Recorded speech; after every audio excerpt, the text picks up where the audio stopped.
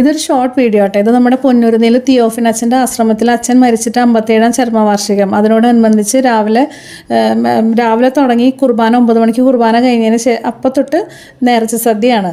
ഞങ്ങൾ പോരുമ്പോൾ ഒരു 9-9:15 അപ്പോഴും ഫുൾ നിറയെ ജനങ്ങളായിരുന്നു. 10 മണി 11 മണി വരെയൊക്കെ കൂട്ടുണ്ടാവുമെന്നാണ് പറയണേ. അപ്പോൾ ഇങ്ങോട്ട് പോവാം. ശരിക്കും ക്യൂവിൽ നിൽക്കുകയാണെങ്കിൽ നമുക്ക് നേർച്ചയൊന്നും ഈ അടുത്തൊന്നും കിട്ടില്ല. ഒരു 2 മണിക്കൂറൊക്കെ ലൈനിൽ നിൽക്കണം. അപ്പോൾ ഈ വൈറ്റ് ടീഷർട്ട് ഇട്ടത് ആൻ്റണി അച്ഛനാണ്. ആൻ്റണി അച്ഛൻ എന്ന് പറയുന്നത് നമ്മുടെ ഫ്രണ്ട് ആൻസി, എൻ്റെ ഫ്രണ്ട് നാൻസിയുടെ അനിയനാ, കപ്പൂച്ചൻ ഫാദറാണ്. അച്ഛൻ്റെ ഡ്രസ്സ് ഇട്ടിട്ടില്ല എന്നുള്ളൂ. പക്ഷേ അച്ഛൻ കാരണം നമുക്ക് ക്യൂവിലൊന്നും നിൽക്കേണ്ടി വന്നില്ല. അച്ഛന്മാർക്ക് ഫുഡ് കഴിക്കുന്ന സ്ഥലത്തേക്ക് നമ്മളെ കൊണ്ടുപോയിട്ട് നമുക്ക് നേർച്ച ഒരു ക്യൂവിൽ നിൽക്കേണ്ടി വന്നില്ല കേട്ടോ. അതൊരു വലിയ അനുഗ്രഹമാണ്. കാരണം ഈ നമ്മുടെ അമ്മൻ്റെ ഫ്രണ്ട് അത് അമ്മൻ ബാബു, ഇവർ രണ്ടുപേരും ഉച്ചയ്ക്ക് അച്ഛൻ്റെ അവിടെ ഊട്ടിന് വന്നിട്ട് 1 മണിക്കൂറോളം ക്യൂവിൽ 1.5 മണിക്കൂർ നിന്നിട്ട് പകുതി പോലും ആയി ഉണ്ടായിരുന്നില്ല, എന്നിട്ട് മടങ്ങിപ്പോയി. അപ്പോൾ അത് ഒക്കെ നമ്മുടെ നാൻസിയുടെ അനിയൻ ആൻ്റണി അച്ഛൻ കാരണമാണ് നമുക്ക് തീരെ ഒന്നും സഹിക്കാണ്ട് പോയിട്ട് കൂളായിട്ട് നേർച്ച സദ്യ കഴിക്കാൻ പറ്റി. ഇത് നമുക്ക് വിളമ്പി തരുന്നത് അച്ഛൻ്റെ സ്റ്റുഡൻ്റാണ് ഇമ്മാനുവൽ. അവന് പറയാണ്ടിരിക്കാൻ പറ്റില്ല. കാരണം എന്താ പറയുക, നല്ലൊരു സ്വഭാവമുള്ള കുട്ടി. കൊല്ലത്താണ് വീട്.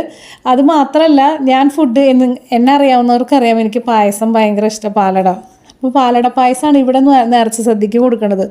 നിങ്ങൾ ആലോചിക്കണം, രാവിലെ തുടങ്ങി രാത്രി 10 മണി വരെ എല്ലാവർക്കും പാലട പായസമാണ്. അപ്പോൾ ഞാൻ ഒരെണ്ണം കഴിച്ചിങ്ങനെ ഇരിക്കുമ്പോൾ ഈ മാനുവൽ വന്നിട്ട് ഒരെണ്ണം കൂടിയും വേണോ ചേച്ചി എന്ന് പറഞ്ഞിട്ട് എനിക്ക് എടുത്തു കൊണ്ടുവന്നു. അപ്പം പ്രത്യേകം ചോദിക്കാണ്ട് നമുക്ക് ചെയ്തു തന്നപ്പോൾ ഭയങ്കര സന്തോഷമായി. ആ 2 പേരും അച്ഛൻ്റെ സ്റ്റുഡൻസ് ആട്ടോ. അത് കഴിഞ്ഞ് ഞങ്ങൾ അവിടെ നിന്ന് തിയോഫിൻ അച്ഛൻ്റെ കബറിടം, ഞാനിത് മുമ്പത്തെ വീഡിയോയിൽ കാണിച്ചിട്ടുണ്ട്, അവിടെ പോയി പ്രാർത്ഥിച്ചു. നിറയെ ആൾക്കാരായിരുന്നു, പറയാണ്ടിരിക്കാൻ പറ്റില്ല. രാവിലെ 9 മണിക്ക് എൻ്റെ ഫ്രണ്ട് അനുവൊക്കെ പോയപ്പോഴും നിറച്ച ആൾക്കാരായിരുന്നു എന്ന് പറഞ്ഞു. അത് കഴിഞ്ഞ് രാത്രിയും എനിക്ക് തോന്നുന്നൊരു 10-15,000 മീതെ ആൾക്കാരൊക്കെ വന്നിട്ടുണ്ടായിരിക്കും ഇന്ന്. അതിൽ മേലെ ഉണ്ടെങ്കിലേ ഉള്ളൂ. അങ്ങനെ ഞങ്ങൾ പ്രാർത്ഥിച്ചു. അത് കഴിഞ്ഞ് അവിടുത്തെ പള്ളിയിൽ പോയി കുറച്ച് നേരം ഇരുന്ന് പ്രാർത്ഥിച്ചു. അതിന് ശേഷം ഞങ്ങൾ മടങ്ങി. അപ്പോൾ ഞങ്ങൾ മടങ്ങുമ്പോൾ ഏകദേശം ഒരു 9:15 ഉണ്ടായിരുന്നു. അപ്പോഴും പുറത്ത് ജനങ്ങളെ നിങ്ങൾ നിറയെ. ഈ ക്യൂ ഒക്കെ നമ്മൾ നിൽക്കേണ്ടതായിരുന്നു. ഒരു 2 മണിക്കൂർ വെയിറ്റ് ചെയ്താലും എനിക്ക് തോന്നില്ല അകത്ത് കിടക്കാൻ പറ്റുമെന്ന്. കാരണം ഞങ്ങൾ തിരിച്ചു പോരുമ്പോൾ തമ്മനം വരെ നല്ല ബ്ലോക്കായിരുന്നു. വണ്ടികളൊക്കെ ഇങ്ങനെ, ഞങ്ങൾ 2 വീലർ ആയതുകൊണ്ട് മാത്രമാണ് വരാൻ പറ്റിയത്. അങ്ങനെ എല്ലാം കഴിഞ്ഞ് നാൻസീനെ അച്ഛനെ കൊണ്ടുവന്നത് മാട്ടിൻപള്ളിയിൽ നിന്ന്. അപ്പോൾ നാൻസീനെ തിരിച്ചു കൊണ്ടാക്കാമെന്ന് പറഞ്ഞിട്ട് നാൻസിന് വണ്ടി അവിടെ വെച്ചേക്കായിരുന്നു. ആൻ്റണിച്ചൻ വലിയ പാട്ടുകാരനാണ്. പാട്ടുകാരൻ മാത്രമല്ല, ഇൻസ്ട്രുമെൻറ്റ്സ് ഒക്കെ വായിക്കും. പിന്നെ യൂത്തിൻ്റെ മെയിൻ ആളാണ്.